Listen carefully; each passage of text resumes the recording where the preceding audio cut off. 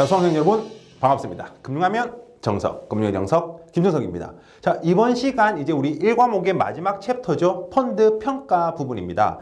이 펀드 평가 챕터도 우리 앞선 이제 2장과 마찬가지로 내용에 비해서 열문항이라는 출제 문항수가 좀 많아요. 그 말은 또 앞에서 2장에서 했던 이야기랑 똑같습니다. 똑같으니까 지금 여기 있는 내용들은 꼼꼼하게 문장들 잘 보시고 이제 응용 문장에도 좀 대비하시면 되겠고요. 어쨌든 여기 있는 문장들만 잘 보시면 시험 합격에는 전혀 문제가 없으니까요. 제가 그만큼 잘 압축을 했다라는 이야기죠. 네, 이제 그렇게 보시겠습니다. 자, 어쨌든 우리가 뭘 공부할 거냐. 먼저 벤치마크의 개념 및 종류. 우리 이제 앞선 2장에서 벌써 벤치마크를 거기다 좀 살펴봤다, 그죠? 거기서 조금 더 살붙여가지고 좀 더 자세하게 살펴볼 거고요. 그리고 이제 투자 수익률, 위험, 그리고 위험 조정 성과의 측정 부분 살펴볼 겁니다. 그리고 이제 펀드 평가 요 부분까지 해서 우리가 총 3가지 주제에 대해서 살펴보도록 하겠습니다. 자, 그러면 이제 먼저 투자 성과 평가 시 고려사항으로서 이제 먼저 첫 번째 벤치마크입니다. 벤치마크 기준 잣대라고 했다, 그죠? 그래서 보면 성과 평가의 기준점이 되는 기준 잣대다 그랬습니다. 기준 잣대. 그래서 집합투자기구를 운용할 때 운용 목표 그리고 이 전략을 운용 전략을 가장 잘 나타내는 지표가 된다라는 부분인 거죠. 그러니까 예를 들어서 어떤 국내 주식형 펀드인데 다른 것도 아니고 그냥 코스피 200을 투자 목표라고 한다라고 하면 우리 그냥 일반 코스피가 아니라 그래도 상위 200개 종목을 바탕으로, 그죠?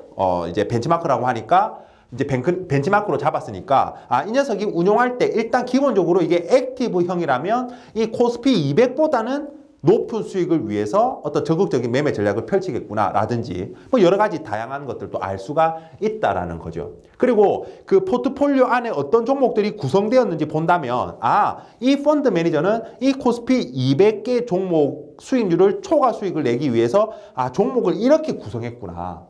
이거에 비해서 이렇게 구성했구나. 뭐 이런 부분들. 다양한 이제 정보를 우리가 알려준다라는 거죠. 벤치마크가. 그래서 이 벤치마크라는 것은 운용 지침이 된다. 첫 번째. 펀드 매니저의 운용 지침이 된다. 그 다음에 이제 투자자 입장에서 투자 지침이 된다라는 거죠. 투자 지침이. 그러니까 이제 투자할 때도 이 펀드는 벤치마크가 이거야. 그럼 나는 대충 기대 수익률이 이 정도인데 요거에 대한 초과 수익률을 노리는 거니까 그러면 내가 생각했던 거랑 좀 맞겠네. 아니면 너무 위험하네. 이런 거를 판단해 볼 수 있는 거죠. 투자 지침이 된다. 그리고 성과 평가의 기준 등의 역할을 한다라는 겁니다. 그거 잘 알아두시고. 그리고 이제 이 벤치마크는 집합투자기구 별로 설정한다. 당연한 이야기다, 그죠? 당연한 이야기로 집합투자기구 별로 자신의 벤치마크가 선정되어 있어야 한다. 운용하기 이전에 명확해야 된다, 그죠? 그래서 종류 보면 시장지수, 방금 이야기했던 뭐 코스피 200이라든지 코스피라든지, 그죠? 채권종합지수 이런 것들이 시장지수가 되겠고, 이제 섹터라든지 스타일 지수는 섹터 지수는 말 그대로 IT, 뭐 금융 섹터, 자동차 뭐 이런 것들이 이제 섹터 지수고, 그다음에 스타일이라는 건 어떤 뭐 대형주, 중소형주라든지 아니면은 가치주, 배당주, 뭐 성장주 이렇게, 그죠? 우리 성장주는 우리나라 대부분의 기업들이 성장주다, 그죠? 그래서 미래에 어떤 계속 향상되는 어떤 이익을 기대하고 지금은 좀 비싸더라도 투자하는 거죠, 그죠? 그러니까 지금 보면 좀 고평가되어 있다, 그죠? 그런 성장주. 아니면은 이론 가격보다 저평가되어 있는 걸 찾는 이제 가치주. 그래서 우리 뭐 한국투자밸류 자산운용입니까? 그 이채원 펀드, 그러니까 이채호 CEO 분이었는데, 그죠? 그분이 하는 그 이제 가치주 전문 그 투자 하시는 분이 있었다고, 그죠? 최근에 안 좋은 이야기가 들렸는데 이제 조금 이제 이 수익이 엄청 상승하는 이 시기에 좀 이제 가치 투자만 하다 보니까 수익률이 좀 이게 낮아가지고 이제 그만두셨다는 이야기 들었는데 좀 길게 봐야 되는데, 그죠? 우리나라 사람들이 길게를 잘 못 봐가지고 어쨌든 네, 그런 스타일 지수 아니면 이제 합성지수 혼합형의 경우에, 그러니까 우리 펀드는 주식 혼합형이야 또는 채권 혼합형이야. 그러면 이거는 주식 벤치마크 하기도 그렇고 채권 벤치마크 하기도 그렇죠. 그럴 때 이제 합한, 그죠? 말 그대로 합성 지수가 되겠고, 다음에 이제 어떤 독특한 형태, 뭐 어떤 독특한 형태의 경우에는 맞춤 포트폴리오로서 또 그 녀석한테만 맞는 그런 거를, 그죠? 해볼 수 있겠다라는 겁니다. 자, 그 다음에 벤치마크는 이제 그 정도 정리하면 되고요. 이제 투자 수익률에 대한 고려 그래 이제 수익률 계산의 가장 간단한 방법은 이제 펀드의 기준 가격을 이용하는 거다. 기준 가격. 그럼 내가 1,000원에 투자했는데 기준 가격이 1,300원이 됐다. 그럼 30% 오른 거잖아요. 그죠? 기준 가격을 이용하는 거다. 단 중도 결산 등으로 분배가 있다면 이 분배율을 고려해서 계산해라. 그래야 더 정확할 거지 않습니까? 그죠? 자, 그 다음에 뭐 다른 것들은 됐고요. 여기서 제일 중요한 거 운용사의 그룹 수익률을 측정할 필요가 있다라는 겁니다. 운용사의 그룹 수익률. 왜 측정할 필요가 있느냐? 대표 계정의 오류를 제거할 수가 있다라는 무슨 이야기냐면 어떤 운용사에 A 펀드가 있고 B 펀드가 있고 C 펀드가 있는데 예를 들어서 A 펀드는 100% 수익이 났고 B 펀드는 뭐 10% 수익 났고 C 펀드는 마이너스 20% 났어요. 그러면 이제 운용사가 자 저희는 이보세요. 100% 수익을 냈습니다. 이렇게 어떤 대표 계정을 마치 자신의 전체 수익률이랑 수익률 인양 광고하는 이런 걸 막아야 된다는 거죠. 그러니까 그러면 이제 이 전체로 수익률을 측정하면 이제 확 낮아지겠죠. 그죠? 그래서 이런 대표 계정의 오류를 제거하기 위해서다. 첫 번째고. 두 번째, 생존 계정의 오류 제거는 뭐냐면 자 이런 펀드들은 알아서 투자자들이 투자 안 하니까 자연히 도태되겠죠. 이것도 뭐 도태됐다라고 하면 자연히 얘만 남았어. 예를 들어서. 그러면은 얘만 남았으니까 지금 보면 운용사, 자, 우리 회사는 이거 운용하고 있는데 수익률 100%다. 왜? 안 좋은 것들은 다 죽었단 말입니다. 그죠? 그러니까 이런 생존 계정에 역시 오류를 제거하기 위해서 이것만 보고 잘한 거 있냐 착각하지 않기 위해서 그리고 이제 이런 운용사에 어떤 그룹 수익률이 있다라고 한다면 운용사 간의 객관적인 성과 비교가 쉽지 않겠습니까? 그죠? 아, 이 운용사는 올해 한 10% 수익 냈네, 전체. 이 운용사는 한 20% 냈네. 여기 잘했네. 이렇게. 그죠? 그래서 이런 세 가지 이유. 운용사의 그룹 수익률 필요성입니다. 요거 관련해서 시험 문제 잘 나오니까 내용 잘 외워두시기 바랍니다. 자, 그 다음에 이제 동료 집단 수익률. 그러니까 예를 들어서 내가 뭐 IT 쪽인데 IT 그룹 안에 있는 다른 어떤 수익, 그죠? 뭐 이런 것들처럼 동료 집단 수익률과 펀드 수익률을 비교하면 상대적으로 운용을 잘했는지 판단할 수가 있다라는 거죠. 그러니까 벤치마크와 비교했을 때는 벤치마크랑 비교하면 절대적 판단. 그러니까 나는 그냥 잘한 거야.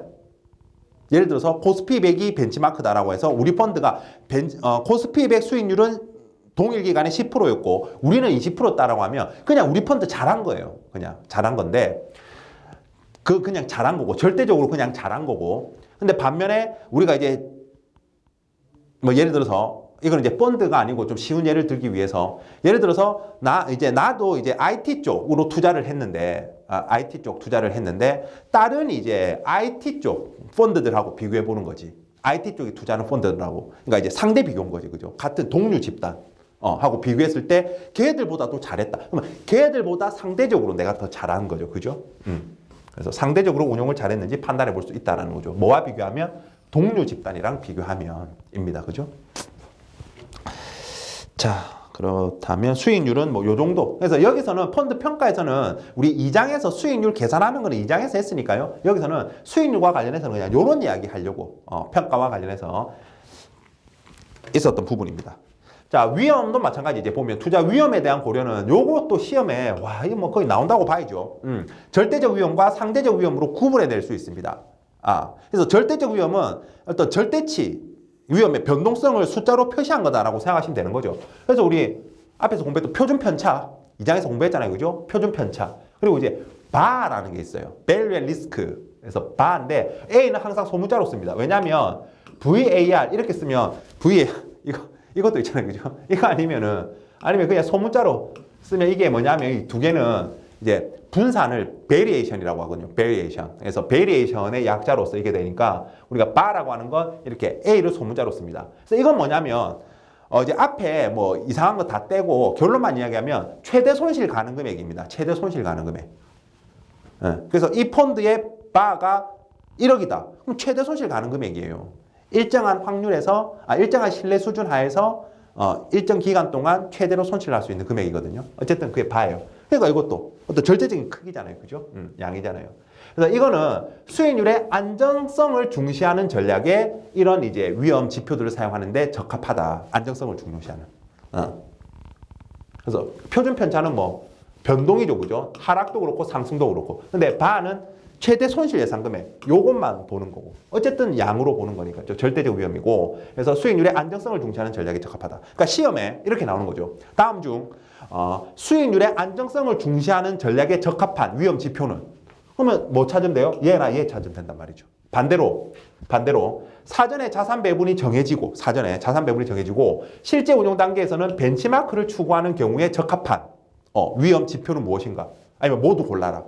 이렇게 어렵게 낼 때는 모두 골라라. 그죠? 이렇게 낼 수 있다는 거죠. 이렇게 낼 수도 있고. 아니면 또 쉽게 내면 그냥 상대적 위험이 아닌 것은 뭐 이렇게 낸다라는 거죠. 그래서 상대적 위험에는 이제 베타, 뭐 상대바, 공분산, 초과 수익률, 추적 오차가 있습니다. 이렇게 좀 외우시면 돼요. 그래서 대표적인 게 각기 주제에서 대표가 표준 편차와 베타인데 표준 편차는 절대적 위험의 대표. 그죠? 상대적 위험은 베타가 상대적 위험의 대표. 그러니까 베타는 뭐라고 하면 되냐면 시장에 대한 내 펀드의 민감도라고 생각하면 됩니다. 그러니까 시장 수익률에 대한 내 펀드 수익률의 민감도. 시장에 대한 내 펀드의 민감도라고 보시면 됩니다. 이게 베타로서. 그래서 베타는 1을 기준으로 이제 B라고 쓴 게 베타라고 써야 되는데 로마자.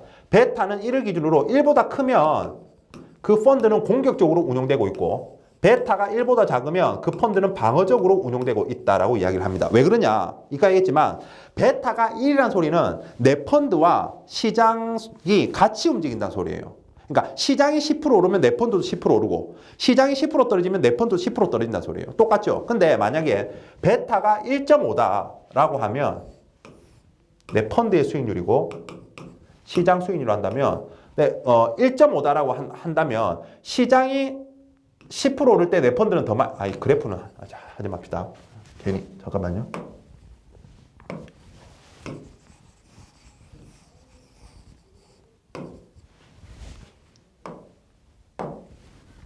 어쨌든 베타가 1.5다라고 한다면 시장이 10% 오르면 내 펀드는 15% 오른다는 소리예요. 베타가 1.5. 베타가 2다. 그럼 내 펀드는 20% 오른다는 소리예요. 시장보다 더 많이 오른다는 소리죠. 반대로 떨어질 때도 시장이 10% 떨어질 때 내 펀드는 15%, 20% 떨어진다는 이야기예요. 베타만큼 떨어지는 거죠. 그죠? 그래서 공격적이다는 거죠. 반대로 베타가 1보다 작으면 시장보다 더 변화가 작다는 거잖아요. 변동이 작다는 거예요. 방어적이라는 이야기죠. 그죠? 그래서 실제로 여러분들이 그 펀드 자산운용 보고서 보면 이 펀드 매니저들이 지금 이 포트폴리오의 베타를 내 펀드의 베타를 얼마로 갖고 가는가 나와 있어요. 베타가 몇이다 나와 있습니다. 주로 1보다 크죠. 아무래도. 그렇습니다. 시장에 대한 펀드의 민감도 베타다. 상대적 위험이다라는 거죠. 시장에 대해서 시장에 대한 펀드의 민감도니까. 그러니까 공분산은 이제 두 자산이 얼마나 따로 움직이냐라는 정도잖아요. 그죠? 공분산. 그러니까 한 자산에 대해서 다른 자산이 움직이는 정도라고 또 생각할 수도 있으니까 상대적. 초과 수익률. 어떤 거에 초과 수익률. 추적 오차. 어쨌든 얘들이 상대적 위험이다 라고 이렇게 구분할 수 있으면 각기 개념은 잘 몰라도 되고요. 베타 정도만 좀 알아두시고 구분할 수 있으면 되고 여기 뭐에가 적합하다는 거 요거. 그죠? 요 문장도 잘 숙지해 두시면 되겠습니다. 자, 그러면 또 위험을 고려한 투자 성과 평가 지표. 이게 또 시험에 매우 잘 나오는데 왜 내가 노란색을 안 했지? 어차피 지금 뭐 별표하면 되니까, 그죠? 한 문제 이상 무조건 나오죠. 자, 보면 일단 첫 번째 젠센의 알파입니다. 개념마다 한 문제라고 생각하시면 돼요. 그래서 젠센의 알파 한 문제, 뒤에 가서 뭐 샤프 비율 한 문제 이런 겁니다. 자, 젠센의 알파 이렇게 쓰는 거죠, 그죠? 젠센의 알파. 자, 시장이 균형하에서의 기대 수익률보다 얼마나 내 펀드의 수익률이 높은지 판단하는 지표입니다. 다시 시장 균형하에서의 기대 수익률보다 내 펀드 실제 수익률이 얼마나 높은지 판단하는 거예요. 그래서 젠센의 알파가 0보다 크면 1이 아닙니다. 0보다 크면 이제 좋은 거예요. 크면 클수록 좋은 거죠. 자, 뭐냐라고 하면 자, 시장 수익률. 뭐 예를 들어서 코스피 수익률이다. 이런 게 되겠죠. 코스피. 아니 코스피 200. 이런 시장 수익률에서 무위험 수익률을 뺀 이 초과 수익률이 되겠죠. 그죠? 초과 수익률에다가 베타를 곱해 주는 거예요. 그러니까 베타를 또 다르게 체계적 위험이라고 합니다. 체계적 위험. 우리가 위험, 총위험은 체계적 위험과 비체계적 위험의 합이라고 이야기해요. 그래서 체계적 위험을 우리가 시장 위험이라고 하고 비체계적 위험을 기업 고유의 위험이라고 합니다. 고유의 위험. 그래서 기업 고유의 위험은 분산 투자하면 없앨 수 있지 않느냐. 그러면 우리가 막상 부담해야 될 위험은 시장 위험밖에 없지 않느냐. 금리 상승이나 이런 거. 이렇게 보는 게 이제 체계적 위험. 그죠? 아니다. 총위험. 그냥 다 보자. 총위험인 거죠. 그죠? 그렇게 보면 됩니다. 그래서 이제 젠센의 알파에서는 젠센 같은 경우에는 이제 베타 위험을 사용한 거죠. 왜? 우리가 펀드니까, 포트폴리오니까, 비체적 위험은 분산 투자로 이미 없어졌다라고 보는 거죠. 그래서 베타 위험 하에서, 그러니까 베타 위험이라고 하는 건 이제 체계적 위험, 그죠? 어쨌든 베타 위험 하에서의 초과 수익률. 그래서 베타 위험 하에서의 이제 어떤 이제 기대 수익률인 거죠. 베타 위험 하에서의 기대 수익률보다 내 펀드의 실제 수익률이 얼마나 큰가. 그러니까 내 펀드 수익률 빼기 이제 이거죠. 이게 사실 이제 그 증권시장선이라고 하는데 여러분들이 나중에 투자자산운용사 뭐 이런 거 공부하게 되면 좀 자세히 배울 겁니다. 어쨌든 지금은 그냥 식만. 지금은 식만 봐도 좀 머리 아프잖아요. 그죠? 그렇게 빼는 겁니다. 근데 이제 단점. 근데 이제 잘했어. 그러니까 예를 들어서 내가 베타 위험을 부담할 때의 어떤 이제 균형 수익률, 내 펀드 수익률에서 빼가지고 내가 뭐 예를 들어서 이게 3%가 나왔어. 그러니까 내 펀드 수익률은 20%인데 시장이 균형일 때 내 베타 위험을 부담한 그 시장 균형 하에서 베타 위험을 고려한 기대 수익률은 예를 들어서 한 15%였다라고 하면 20% 빼기 15%하면 5%가 되죠. 그죠? 그럼 난 잘했어. 근데 단점 뭐냐면 이게 왜 잘했는지를 모르는 거예요. 왜 잘했는지. 그렇잖아요. 그냥. 그죠? 왜 잘했는지 몰라. 그래서 종목 선정을 잘해서 5%가 나온 건지, 시장 예측을 잘해서 매매 타이밍을 잘 잡아서 5%가 나온 건지, 아니면 둘 다 잘한 건지 몰라. 이거는 구분이 안 돼요. 그런 이제 젠센 알파에는 단점이 있다. 그래서 혹시나 이제 젠센 알파 이제 계산하라고 하면 뭐 계산할 수 있으시면 됩니다. 계산 문제 싫어하시는 분은 뭐 안 하셔도 되고요. 제가 이야기했죠. 계산 문제가 펀드 투자 권유 대행인이나 자문 인력에서는 펀드 시험에서는 일단 한 10문제 안쪽에 거의 안 나와요. 거의 안 나와. 그러니까 다 틀려도 됩니다. 그래서 일단 그 증권시장선부터 한번 구해보면 무위험 수익률 더하기 이제 초과 수익률이 위험 프리미엄인데 위험 프리미엄은 우리 이제 베타로 이제 가중해 주는 거죠. 그래서 시장 수익률 8% 빼기 무위험 수익률 5%. 그죠? 그래서 하면 3%, 3.6, 8.6이네요. 8.6%. 그죠? 그래서 시장이 균형일 때에 내가 베타 위험을 부담한 내 기대 수익, 포트폴리오 기대 수익률은 8.6%. 내 실제 포트폴리오는 10% 하면 1.4%. 젠센 알파는 1.4%. 잘했다. 1.4%. 좋다. 어쨌든 뭐 종목 선정을 잘했든지 시장 균형을 벗어나는 거죠. 종목 선정을 잘했든지 매매 타이밍을 잘 잡았든지 해서 수익이 났다라는 이야기다. 그죠? 자, 두 번째. 샤프 지수입니다. 트레이너 지수는 우리 협회 교재에는 나오지 않아요. 트레이너 지수는 협회 교재에는 나오지 않는데 제가 비교하기 위해서 그냥 넣어놓은 거니까 시험에 대비해서는 샤프 지수만 아시면 되겠습니다. 샤프 지수는 이제 말 그대로 정말 이제 위험 조정 성과의 대표적인 예죠. 내가 부담한 위험 대비 초과 수익률이 얼마냐입니다. 위험 대비 초과 수익률. 위험을 고려한 수익률인 거죠. 그죠? 그래서 위험 한 단위당 수익률이다라고 보시면 되겠고, 샤프 지수는 이 위험을 총위험을 사용합니다. 그래서 총위험, 표준 편차를 사용합니다. 표준 편차. 당연히 젠센의 알파처럼 얘도 높을수록 성과가 좋은 거죠. 왜? 위험 한 단위당 수익률인데 내가 부담한 위험 대비 높다는 건 수익이 많이 났다는 거니까. 그죠? 어떻게 구하느냐? 분자가 초과 수익률이에요. 그래서 펀드 수익률 빼기 무위험 수익률입니다. 초과 수익률. 그래서 초과 수익률 나누기 위험인데 내가 이거 뭐 쓴다고? 샤프 비율은 표준 편차. 그래서 이렇게 외우면 되죠. 샤프 표준 편차 같은 피읍. 이렇게 우리가 금융공학적으로 외워야지. 내가 왜 트레이너 지수를 썼느냐? 트레이너 지수는요, 위험을 체계적 위험이 베타 쓰거든요. 베타. 그러니까 트레이너 지수 티귿, 베타, 티귿. 얘는 티귿. 그죠? 뭐 이렇게. 자, 그래서 이게 또 계산하라고 하면 쉽게 구할 수 있습니다. 그죠? 펀드 수익률 뭐 10%, 무위험 수익률 5%, 그죠? 표준 편차 5%. 그러면 10 빼기 5 나누기 5.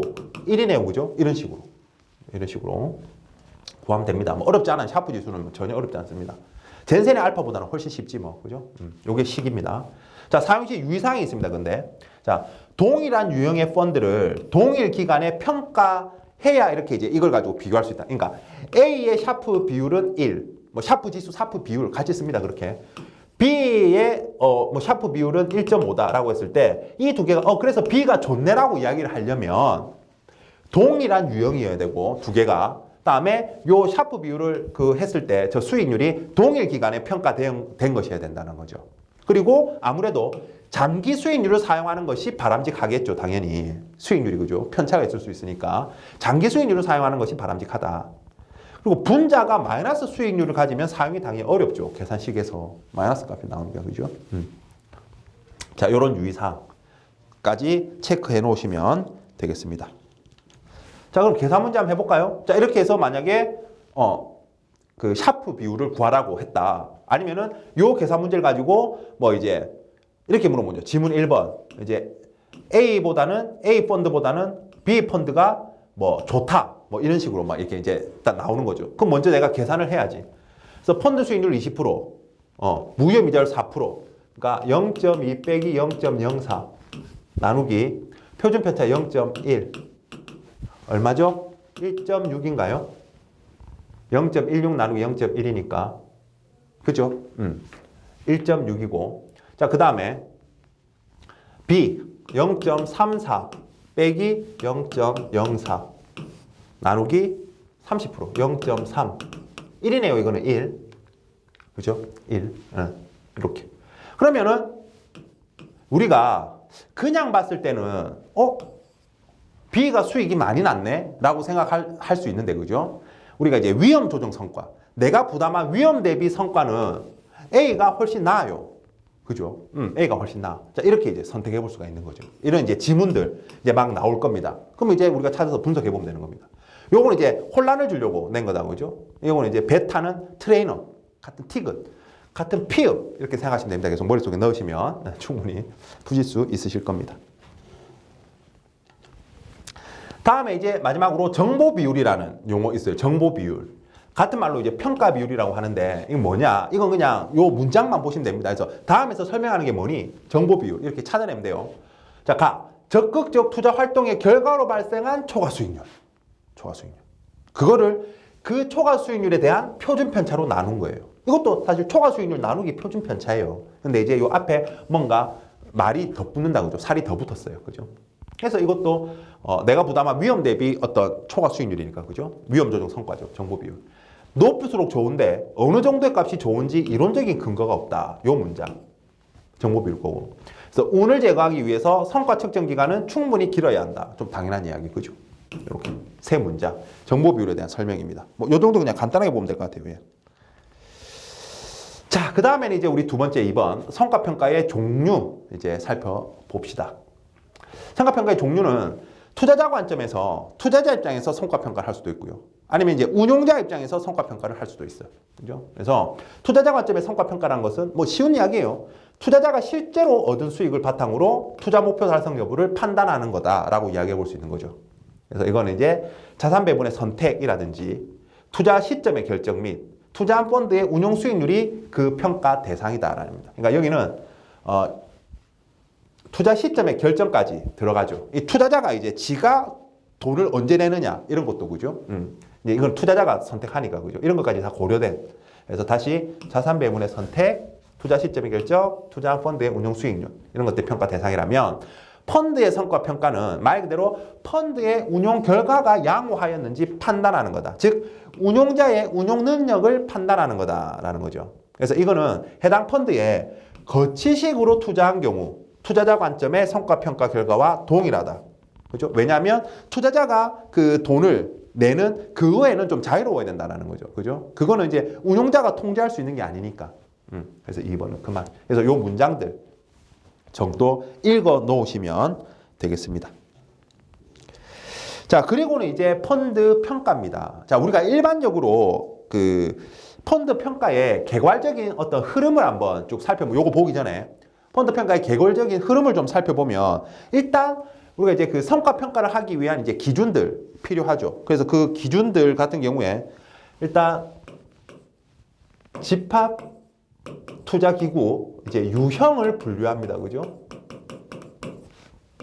이제 유형을 분류하고 그리고 벤치마크를 선정하죠. 미리 벤치마크를 선정하면 이제 비교할 이제 기준을 선택하는 거죠.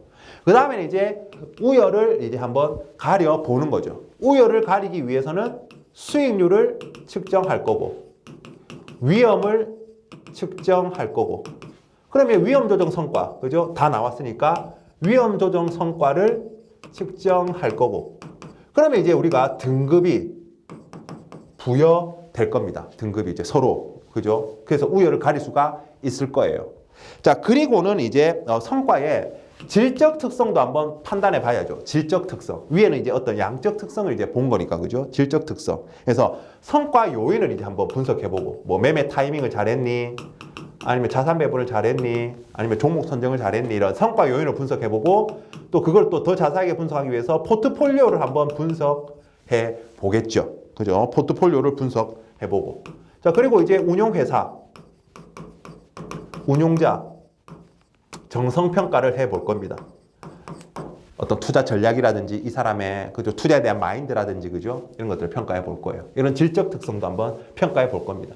이런 흐름이다라고 볼 수 있는 거죠. 우리가 펀드의 어떤 평가를 개략적으로 한번 살펴보면, 그죠? 이거 한번 들어 놓으시고. 자, 한번 볼게요. 자, 집합투자기구 분석 및 선정입니다. 자, 집합투자기구 분석 및 평가. 자, 펀드의 특징을 찾아내고 운용 성과를 측정하여 우열을 가진다. 우열을 가진다. 요거 이제 개괄적인 흐름에서 충분히 이제 받아들일 수 있으시죠, 그죠? 그럼 이제 투자자는 좋은 펀드를 고르고 잘 운용되는지 판단하며 운용 결과의 성패 여부를 판단하는데 이용한다라는 거죠. 그래서 결국 운용 결과의 분석은 펀드의 환매나 재투자 여부를 결정하기 위함이다 라고 보시면 된다는 거죠. 운용 결과 분석은. 이제 투자자 입장에서는. 그죠? 자, 그리고 이제 계량적인 성과 측정. 계량적인 성과 측정 가지고 양호한 집합투자기구를 선정할 수 있는데, 양호한 집합투자기구라는 것은 뭐냐? 그러면 좀 당연한 이야기죠. 그죠? 수익률이 절대적으로 또는 상대적으로 수익률은 높아야지. 그죠? 그리고 위험은 절대적으로나 상대적으로 낮아야죠. 그죠? 그리고 위험 조정 성과는 절대적으로 또는 상대적으로 높은 집합투자기구를 선정하게 된다. 그래서 계량적인 성과를, 숫자적인 성과를 측정하면 여기에 비교가 되잖아요. 그죠? 선정할 수 있다는 겁니다. 요거 의외로 시험 문제에 잘 나옵니다. 너무 쉽죠? 당연히 수익률 높은 거, 위험은 낮아야죠. 그죠? 근데 위험 높은 거랑 틀린다. 그죠? 위험 조정 성과도 높은 거. 절대적으로나 상대적으로. 그렇게 보시면 되겠습니다. 자, 그리고 우리가 성과의 원인이라든지 그 성과 결과, 그리고 그 지속성, 또 꾸준히 나야 될 거 아닙니까? 이것이 양호한 펀드를 선정하기 위해서는 일단 1번, 성과 요인을 분석해야 되고, 그죠? 그래야 성과 요인을 분석해야, 얘가 운이 아니었구나. 뭘 잘했구나. 그죠? 그럼 지속성이 될 거 아닙니까? 그죠? 그리고 두 번째, 포트폴리오 분석. 포트폴리오를 보면, 얘가 이런 종목에 투자하고 있네? 라고 해서 얘들을 또 잘 알 수가 있는 거죠. 다음에 세 번째, 운용자와 운용회사에 대한 질적인 평가. 요 세 가지를 병행하면 되겠다라는 거고요. 이론적인 이야기니까, 그죠? 이렇게 하면 되겠다라는 부분입니다. 그리고 이제 성과 요인을 분석해가지고, 성과 요인을 분석해서 종목 선정을 잘했는지, 아니면 시장 예측을 잘했는지 우리가 판단해 볼 수 있다라는 거죠. 그죠? 이걸 위해서 또 역으로 이야기하면 성과 요인을 분석하는 거고, 그죠? 다음에 이제 포트폴리오 분석 같은 경우에는 수익률 등 성과물이 아닌 포트폴리오 자체의 특성을 분석하는 것이다라는 거죠. 그러니까 마치 스타일 분석 같은 거. 스타일. 그래서 얘가 지금 뭐 가치주에 대한 투자냐, 뭐 배당주에 대한 투자냐, 이런 것처럼 말입니다. 그죠?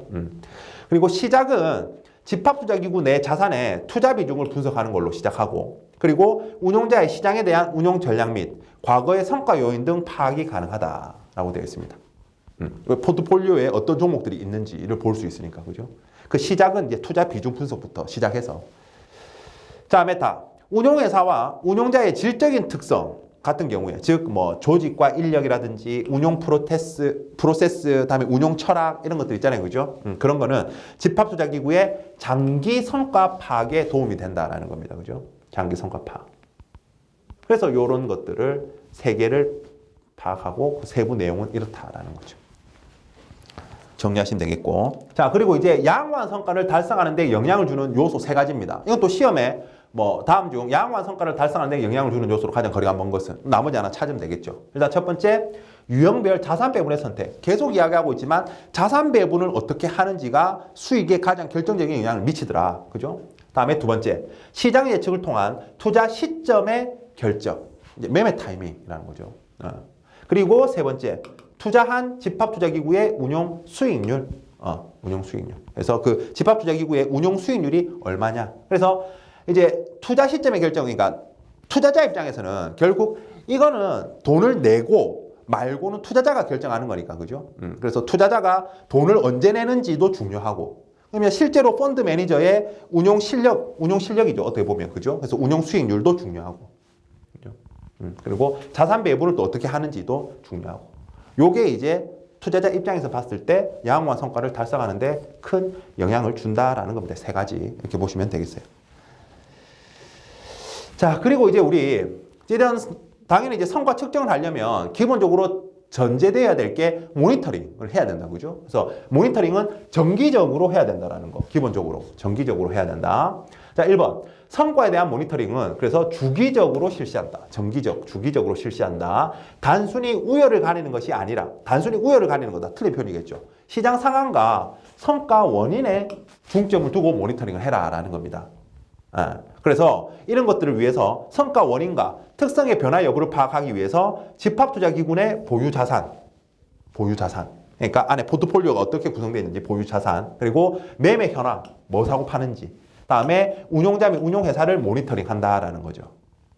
그러니까 모니터링은 이런 걸 모니터링 해야 돼요. 일단 이제 성과, 그죠? 성과, 집합투자기구의 성과 모니터링 해야 되고, 그러니까 뭐 이제 수익률, 위험 조정 성과 이런 것들이 모니터링 돼야 되겠죠. 그건 기본이고, 그 다음에 얘를 파악하기 위해서 집합투자기관의 보유자산과 매매 현황 이런 것들이 이제 또 모니터링 돼야 되고, 다음에 운용자도 모니터링 돼야 되고, 그리고 마지막으로 집합투자기구의 현금 흐름도 모니터링 돼야 된다. 왜? 펀드의 총체적인 상황을 파악 가능하니까, 현금 흐름 가지고. 그래서 뭐 돈이 풍부하고 이익이 많이 나고 이런 뭐가 잘 되고 있는 거고요. 그런 어떤 펀드의 총체적인 상황을 파악 가능하니까 현금 흐름도 모니터링하고. 그래서 여기서 모니터링 하는 것도 그러니까 어떤 걸, 집합투자기구가 뭘 모니터링 해야 되느냐? 성과 모니터링, 다음에 보유자산, 매매 현황 모니터링, 운용자 모니터링, 현금 흐름 모니터링 해야 되고, 왜 한다? 이런 이야기다라는 거죠. 자, 그리고 평가를 위한 정보, 이제 성과 측정을 위한 정보, 가격 정보 필요하죠. 당연히 평가를 위해서. 포트폴리오, 그죠? 성과 원인 필요하죠. 다음에 운용자나 운용회사와 관련된 정보, 아까 이것도 모니터링 한다고 했죠. 필요하죠. 요 세 가지 평가를 위한 정보. 이것도 시험에 다음 중 집합투자기구 평가를 위한 정보로 거리가 먼 것은 4번 이상한 거 하나 있으면 그거 다 체크하면 된다는 부분입니다. 3개 암기하시면 되겠어요. 뭐 따로 설명할 것도 없어요. 3개 그냥 외우시면 됩니다. 자, 그리고 이제 마지막으로 국내 펀드 평가 회사입니다. 그래서 국내에서 펀드 평가 회사, 대표적으로 우리 제로인이라든지, 그죠? 그 다음에 아니면 모니스타 코리아라든지, 뭐 이런 아이들이 좀 있죠? 그래서 그런 아이들, 펀드 평가를 해서, 그래서 펀드에 등급 부여하고 이런 아이들 있잖아요. 그죠? 그리고 뭐 보고서 막 매일 날려주고 하는 회사들입니다. 금융위에 등록해야 됩니다. 금융위에 등록해야 되고, 당연히 좀 중요한 회사잖아요.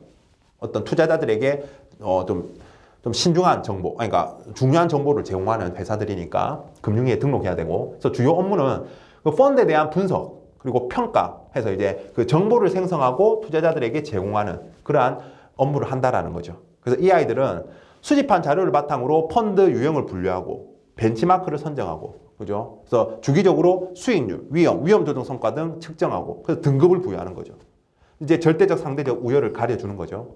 그리고 성과 요인을 분석하고 포트폴리오 분석하고 운용회사 질적 평가로 성과의 질적 특성을 파악한다라는 부분입니다. 그래서 아까 제가 이 개괄적인 평가 흐름, 그겁니다. 그거. 개괄적인 평가 흐름. 이렇게 이제 평가한다라고 보시면 되는 거죠. 그래서 이제 어떤 회사들이 있느냐, 뭐 제로인이라든지 모닝스타 코리아라든지, 제가 지금 선뜻 FN 가이드,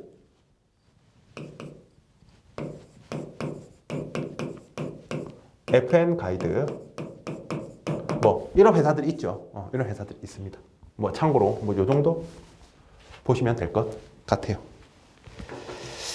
자, 이렇게 하면 역시 또 우리 3장 펀드 평가에 대해서 다 살펴봤습니다. 다시 한번 말씀드리지만 요 이제 문장들 크게 나온 건 쭉 보시면 사실 양이 그렇게 많진 않아요. 우리가 10문제를 풀어야 되는데. 그래서 각 문장들 꼼꼼하게 그 안에 담겨 있는 내용들 잘 이해하시고, 낱말 하나들도 좀 놓치지 마시고 꼼꼼하게 좀 공부를 해 주십사 부탁을 드리겠습니다. 그러면 우리 요 3장 평가 여기까지 하고 1과목 우리 여기까지 마무리하게 되겠네요.